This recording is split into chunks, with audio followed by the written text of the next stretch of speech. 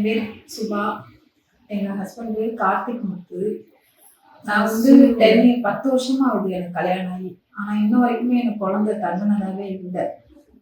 நிறையா டாக்டர்கிட்டலாம் போனேன், சேலம் போனேன், ஈரோடு போனேன், இங்கே தஞ்சாவூர்லேயும் ட்ரீட்மெண்ட் பண்ணேன். ஆனால் எங்கேயுமே எனக்கு சக்ஸஸ் ஆகலை.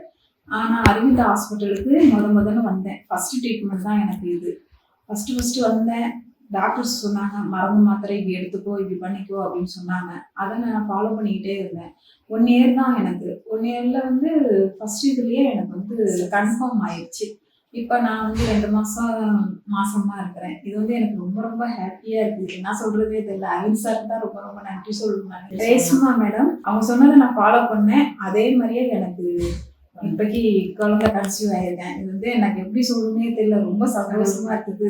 ரொம்ப ஹாப்பியாக இருக்கேன். எனக்கு இப்போ ரொம்ப ரொம்ப சந்தோஷமா இருக்குது. எங்கேயும் சக்ஸஸ் ஆகாது. எனக்கு இங்கே வந்து ஃபர்ஸ்ட் அட்டமே சக்ஸஸ் இருந்துச்சுன்னு எனக்கு எதுவுமே சொல்ல முடியல. ரொம்ப ரொம்ப ஹாப்பியாக இருக்கு. இந்த ஹாப்பி இது மாதிரி நிறைய பேர் வரணும். வந்து நிறைய பேர் வாங்க, எல்லாத்துக்குமே சக்ஸஸ் ஆகுது. அரவிந்த் ஹாஸ்பிட்டல் எல்லாத்துலேயுமே மேடமும் சரி, சாரும் சரி, யாருமே எதுவுமே சொல்ல முடியல. சூப்பர். அவங்கள வந்து தெய்வமா நினைச்சு வாங்க. கன்ஃபார்மா எல்லாத்துக்குமே குழந்தை இருக்கும். 10 வருஷம் கழிச்சு இப்பதான் கன்சீவ் ஆயிருக்கா. எனக்கு ரொம்ப சந்தோஷமா இருக்குது. இது இல்லைன்னு யாரும் என்னன்னு சொன்னாங்க. ஆனா எனக்கு கடவுள் ஒருத்தவங்க கொடுத்துருக்காங்க ஒரு குழந்தை. வேற எதுவும் பேச முடியல. எனக்கு சந்தோஷத்துல அவ்வளவு கஷ்டப்பட்டாங்க. ஒவ்வொருத்தவங்க கன்சீவா இருக்கிறத கூட சொல்ல மாட்டேன்னாங்க.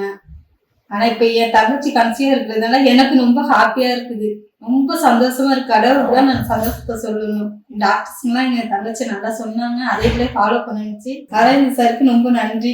டாக்டர் அரவிந்த் ஐவிக்கு நன்றி.